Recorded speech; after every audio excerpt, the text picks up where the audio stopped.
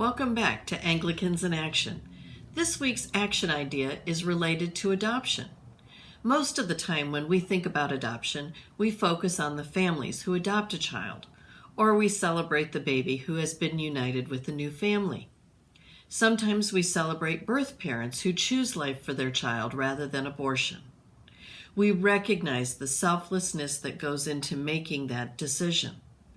However, many times I think we miss the harsh reality that a birth mother or father faces after making the courageous decision to place their baby for adoption. But think about it.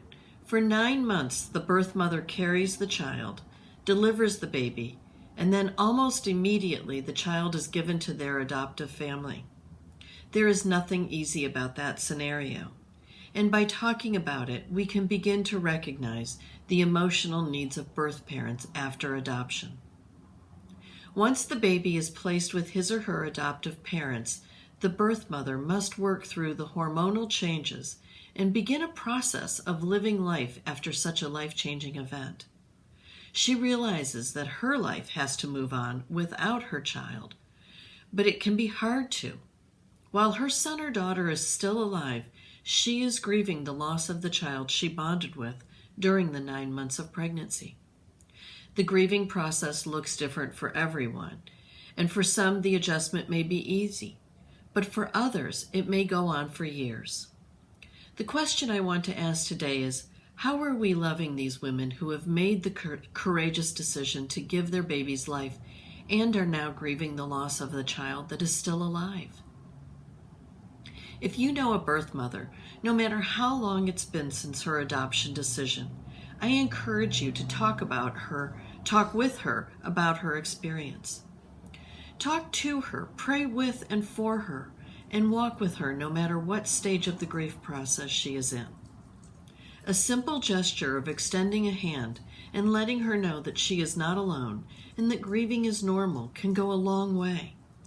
Something as simple as knowing her child's birth date and sending a card to her could comfort her in knowing that while she may not be raising her child, she is still a mother. Acknowledge her on Mother's Day as well. If there's one thing I've learned in life ministry, it's that a conversation can change the world. A conversation with a tone of love, acceptance, and understanding can change the course of a person's grief. Where can you be leaning in to address the grief and give birth mothers a safe place to honor their pain while still celebrating their courage?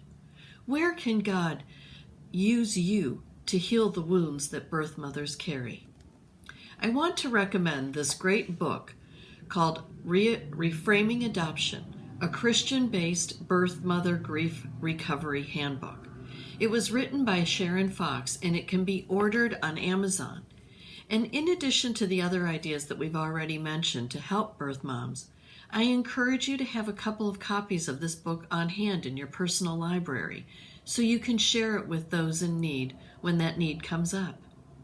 If we want to prevent abortion, we must affirm adoption, and that includes affirming birth moms.